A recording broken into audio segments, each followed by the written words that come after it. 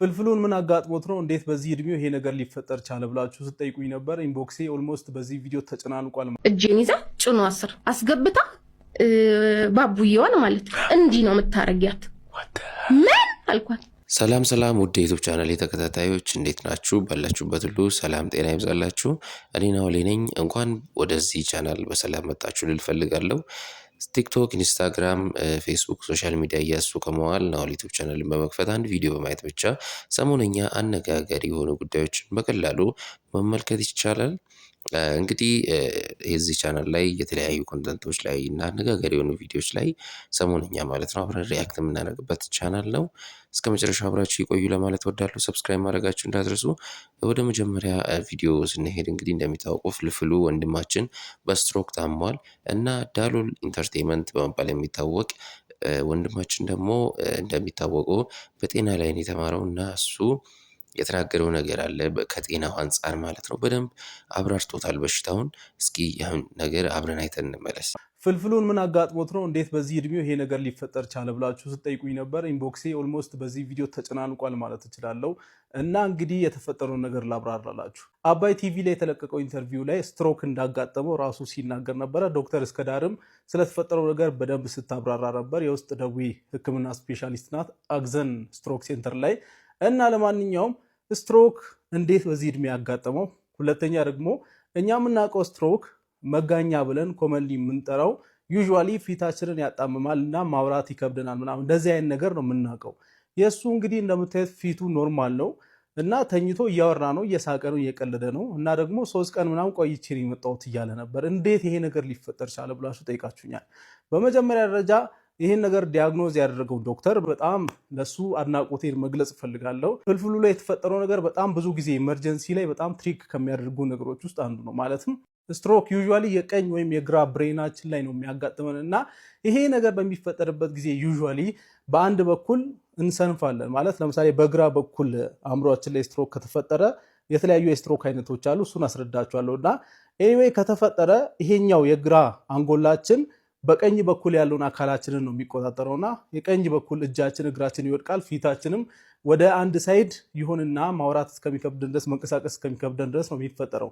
በቀኝ በኩል ከተፈጠረ ደግሞ በግራ በኩል ይሄ ነገር ይፈጠራል ማለት ነው። የፍልፍሉ በጣም የሚያስቸግር አይነት ስትሮክ ነው። ማለትም ከኋላ ያለው ሰረብለም ይባለውን ታውቁታላችሁ ብዬ አስባለሁ። ድሮ ስንማር እንግዲህ ሳይንስ ላይ ሰረብረም እና ሰረብለም ተብረን ተምረናል እና ሰረብለም የሚባለው ከኋላ የሚገኘው የአንጎላችን ክፍል ነው እና ዩዥዋሊ ባላንስ ምናምን ነው የሚቆጣጠረው። የማስታወክ የማቅለሽለሽ ምናምን ነገሮችን ነው የምናየው ማለት ነው እዛ ጋር ችግር ሲፈጠር። ቅድም ትሪክ ያደርገናል ያልኳችሁ ለዚህ ነው። አሁን ፍልፍሉም 3 ቀን ሙሉ ያው ማቅለሽለሽ ባላንሱን መሳት ምናምን ነገር ነበረው እና ጨጓራ ነው ወይ የሆነ ነገር ነው ሲባል ግን የተፈጠረው ስትሮክ ሆኖ ማለትም የደም መቋረጥ ስትሮክ ስኬሚክ ስትሮክ የሚባለው ነው የተፈጠረው ሰረብለሙ ላይ ማለት ነው። እና እንግዲህ እያሳየ የነበረው ምልክት ግራም ያጋባ ነው ማለት ነው። ለዛ ነው ዶክተሩን እኔ ያደንቀዋለሁ ያልኳችሁ።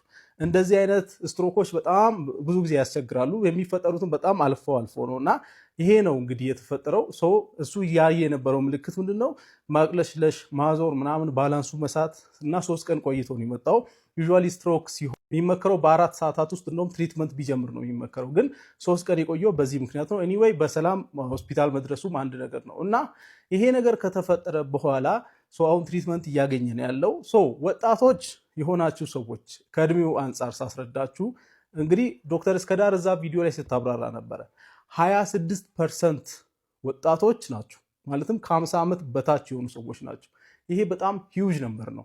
ስትሮክ እንግዲህ የ70-80 ዓመት ሰዎች ነገር ነው የሚመስለን፣ ግን 26% ወጣቶች ናቸው ብላ ስትናገር ነበረ። ከዛ በተጨማሪ ደግሞ መጠንቀቅ ያለብን አሁን ላይ ግፊትና ስኳር በጣም ያንግ በሆኑ ሰዎች እየተከሰተ ነው። ጊዜው እንደ ድሮ አይደለም።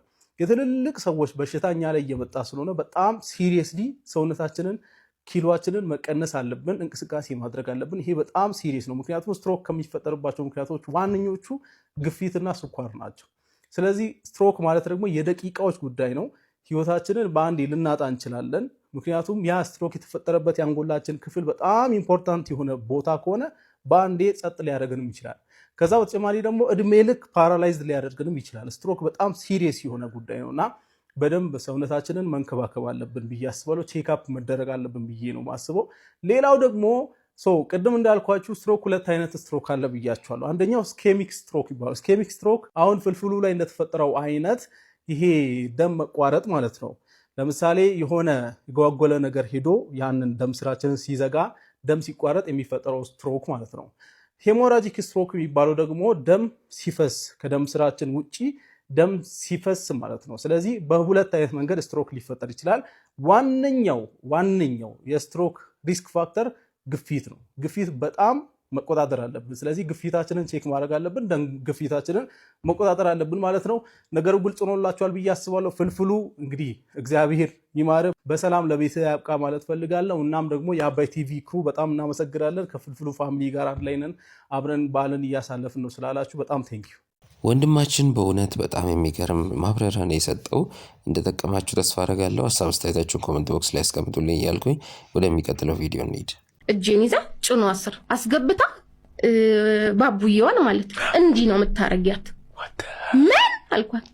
እነዚህን 4 ልጆች አንቺ ነሽ የምትቆጣጠሪው፣ ታሳድጊው አንቺ ነሽ፣ የቤቱን ስራ የምትሰራው አንቺ ነሽ፣ ምግብ ልሰራ ስል ሁሉን ነገር የምታቀርቢልኝ አንቺ ነሽ፣ መከታተፍ በቃ መጨመር ነው የሷ ስራ፣ ሁሉን ነገር አንቺ ነሽ አለች። እኔ ባሌን ብቻ ነው ቴክ ኬር ማድረገው፣ ባሌን ብቻ ነው እንድደርሽ ማልፈልገው አለች። ያልኳት እሺ አልኩኝ። በቃ ልጆችም ጥሩ ናቸው፣ ተንተናለን፣ ተዋወቀን ምናምን። አሁን ችግሩም ጋር መሰለኝ የተለያየ ባህሪ ያላቸው። ከኔ በፊት የነበረችው ናይጄሪያዊት ነች፣ እነሱን ያሳደገቻቸው ናይጄሪያዊት ነች። ሁሉንም ያስለመደቻቸው ነገር አለ። ምን ልነግርህ ነው። አሁን ትልቋ 7 ዓመቷ ስትተኛ ሳስተኛት እግሯን መዳበስ አለብኝ። እየዳበስኳት እግሯን ሙሉ ቀን የሰራችውን ስታወራልኝ እሱ መስማት አለብህ። ከዛ ነው እንቅልፍ የሚጥላት። ወደ 30 ደቂቃ ነው የምታስተኛት። እሷን አውርታ ቀድመህ እንቅልፍ ይመጣል።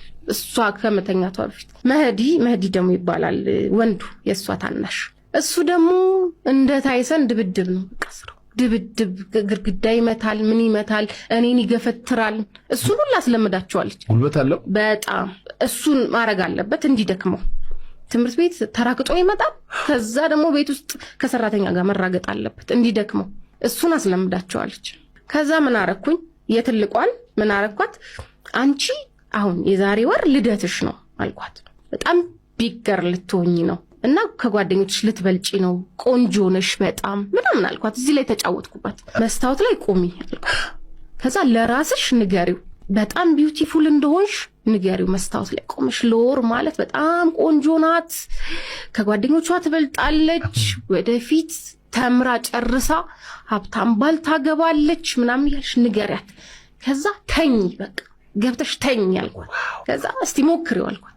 ከዛ አንድ ቀን ታዩና እግር ማሸጡን አንቺ እንትን ልትሆኚ ነው፣ ቢገር ልትሆኚ ነው ምናምን አልኳት። ደስ አላት። መስታወቷ ላይ ቆመች። በንጋታው ቆንጆ ቢጃማዋን ለበሰች ምናምን ከራሷ ጋር ማውራት ጀመረች። ከዛ የምር ገብታ ስተኛ ቀልፏን ተኛች። በቃ ዋው አልኩ በቃ። ከዛ ይሄኛውን ነው በቃ ሁለተኛውን። ከዛ ገባው እሱ ጋር መህዲ አልኩት፣ አሁን አንተ እንደ ሎር ልትሆን ነው፣ 6 ዓመት ሊሆንህ ነው። ስለዚህ አንተ ይሄን ነገር ተው፣ ስፖርት ስራ፣ ጡንቻ ማውጣት አለብህ አልኩት። እዚህ ጋር ጡንቻ መኖር አለበት። ስለዚህ ቁጭ ብድግ እየሰራ 30 ስራ አልኩት። ከዛ 30 ሰርተህ ስጨርስ ካልደከመ 50 ስራ። 50 ከሰራ በኋላ ግን ተኛና ጠዋት መስታወት ላይ ቆመህ እየው አልኩት። ይወጣልሃል። 10 ሰራ። ደከመኛል። እኔ ደከመኝ በቃ ሲለኝ አይወጣልም፣ ጠዋት ስትነሳ አይወጣልም፣ ግን ሞክረው አልኩት። አሁን 2 ነገር አቀለልኩ ለራሴ። ከዛ ይሄ 10 ሰርቶ አዞረው አልጋው ላይ ሄዶተኛ። በንጋታው ሲያይ ምንም ነገር አልወጣ። በንጋታው 20 ምንም ነገር አልወጣ። አሁን እየደከመው መጣ። ከዛ ሩጥ ቆይ እንትን ላውጣ ለተኛ ራሳቸው። እሷም በቃ መስታወቴ ጋር ልሂድ እየሄዱ። ችግር የተፈጠረው የት ነው? 2 ዓመቷ ልጅ ጋር ነው። መላቀስ ነው ስራችን፣ መላቀስ። እጄን ትይዛለች እንትን ጭኗ ጋር ታደርገኛለች። እኔ አይገባኝም። ተኝ ካልተኛሽ አንዴ ያዝላታለሁ፣ አንዴ አባብላታለሁ። በቀን 2-3 ነው ማጥባት ገላዋን። ልንግባባቃት ከሴትዮዋ ጋርም ልንጣላ ሆነ። ልጄን እያስለቀሽ ትለኛለች። እንዴት ያቀጥሻል? እነሱን አስተኝተሽ እሷን ማስተኛት ከዛ ምን ማድረግ ጀመርኩ? እቺ ደግሞ አዲስ የተወለደችውን ቀድሜ ወተት ሰጥቼ ምናምን አስተኛትና እዚች ጋር እመጣለሁ። ምንም አልገባሻል። በቃ አተኛልኝም። በቃ በጣም ተዳክማ አልቅሳ ምናምን። በእውነቱ እኔ ይህን ቪዲዮ ሳይ በጣም ነው የተገረምኩት። ውድ ተመልካቾቼ እንደዚህ አይነት ነገርም አለ እንዲያ ነው በቃ ያልኩት። ክለብ ውስጥ ነበረ የምትሰራዎች ልጅ እና የተለያየ ስራዎችን ሰርታለች። ከልምዱ አንጻር ነው የምትናገረው። እስኪ ሀሳብ አስተያየታችሁ ኮመንት ቦክስ ላይ አስቀምጡልኝ እያልኩኝ ለዛሬ የመጣሁላችሁ ቪዲዮ ይመስል ነበረ። በሌላ ቪዲዮ እንድንገናኝ ቻናሉን ሰብስክራይብ ማድረጋችሁ እንዳትረሱ። እስከ መጨረሻው አብራችሁ ስለቆያችሁ አመሰግናለሁ እያልኩ በሌላ ቪዲዮ እስከምንገናኝ ደህና ቆዩ።